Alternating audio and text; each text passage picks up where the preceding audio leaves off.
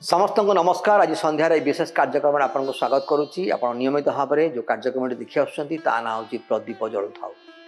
आज गोटे विशेष प्रसंग आलोचना करवा। से प्रसंग हूँ आपण जानते कि अनेक विषय अच्छी आज आम जानी ना। अनेक विषय बाइबल लिखित अच्छी,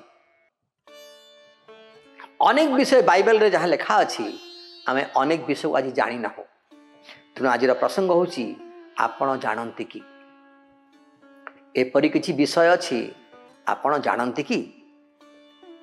विषय 11 एक समय विषय कथा कही था जेतेबेले ख्रीष्ट तांकर पार्थिव राज्य उपर शासन करिवे। यह एक समय हब जेतेबेले ईश्वरंकर पवित्र पर्वत उपरे कोनोसी आघात किंबा विनाश हब नाही, कारण समग्र पृथ्वी सदाप्रभुଙ୍କ स्थान रे परिपूर्ण हब।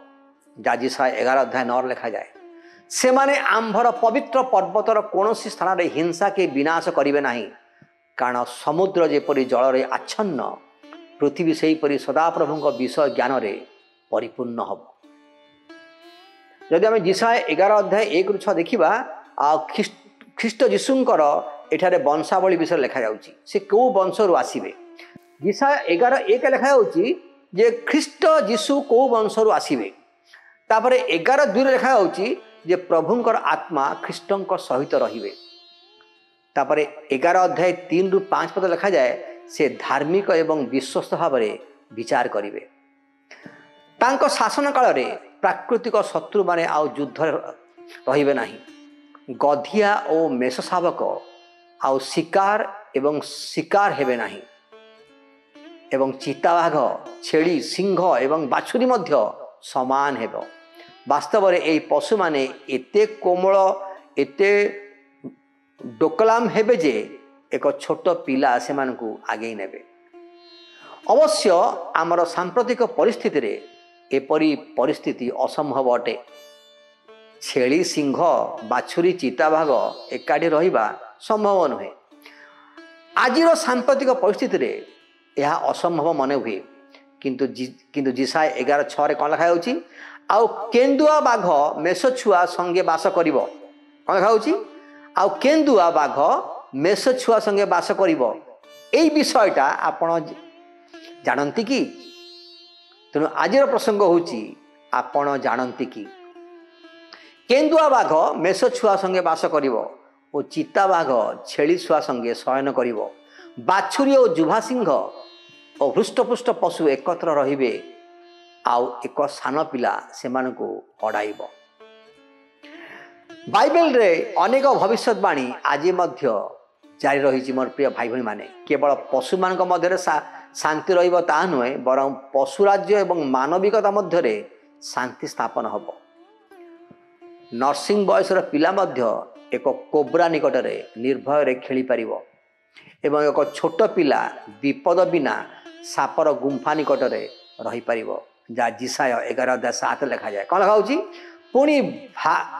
पुणी गाभी और भल्लुकी चरिबे, पुणी गाभी और भल्लुकी चरिबे, सेमानकर छुआ सबू एकत्र शयन करिवे।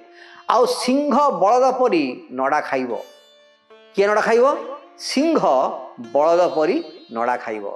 कारण समग्र पृथ्वी प्रभु को जानिबे। ईश्वरंकर पवित्र पर्वत रे कौन स्थान रे आघात किंबा विनाश हब नाही। जा जिसाय 11:9 लिखा जाए। मोर प्रिय भाई भणी माने, सही पर्वत जिसाय पूर्वर उल्लेख करा जाइछि।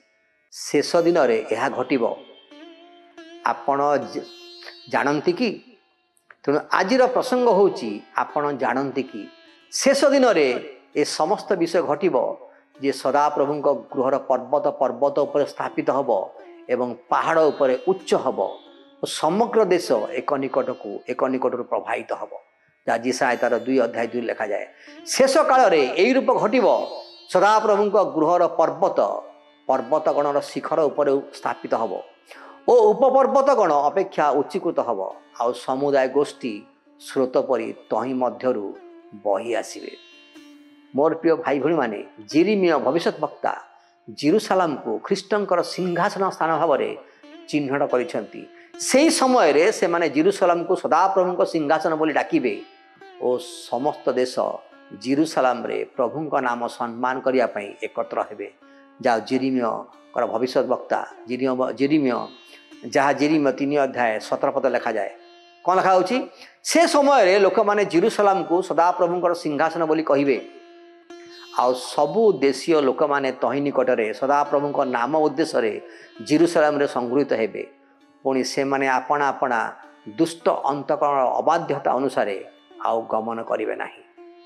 तेणु आज प्रसंग होची आपण जानती कि ए समस्त विषय शेष समय घटवा जाऊँगी।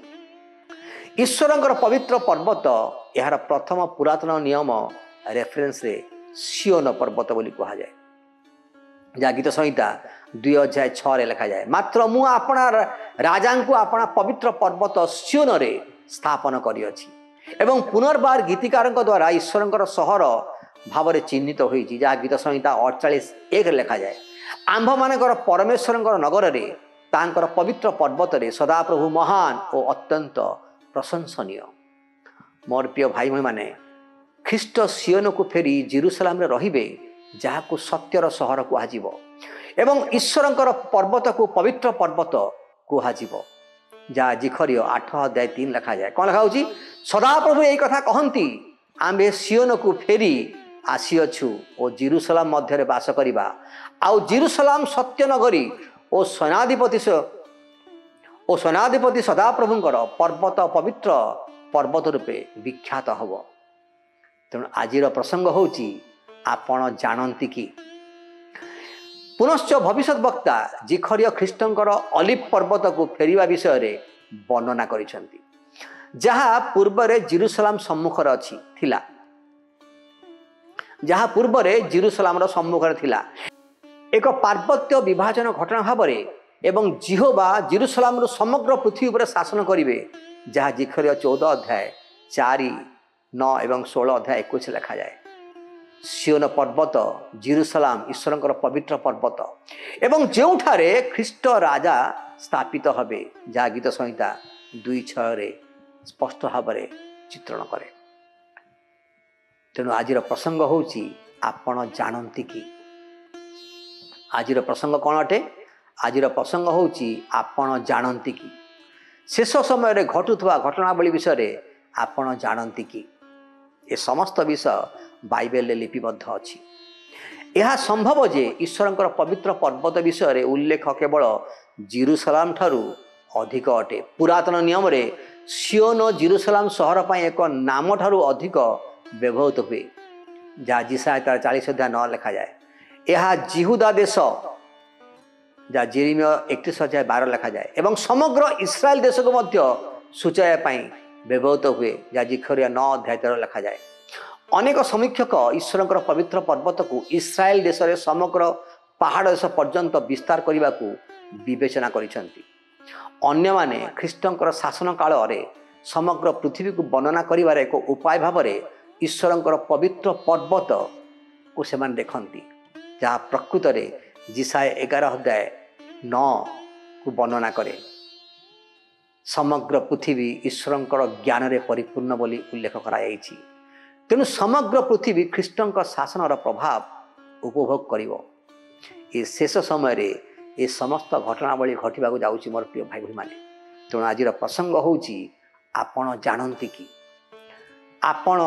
जानती कि एपरी समय आसुअछि जोठारे जेतेबेले आमे देखुचु जे चिताभाग ଛେଳି ସିଂହ ବାଛୁରୀ ସମାନ ହେଇଯିବେ ଏବଂ କ'ଣ ହେବ ଆଉ ଛେଳି ଛୁଆ ଚିତାବାଘ ଏକତ୍ର ଶୟନ କରିବେ, ବାଛୁରୀ ଯୁବା ସିଂହ ହୃଷ୍ଟପୁଷ୍ଟ ପଶୁ ଏକତ୍ର ରହିବେ ଆଉ ସାନ ପିଲା ସେମାନଙ୍କୁ ଅଡ଼େଇବେ।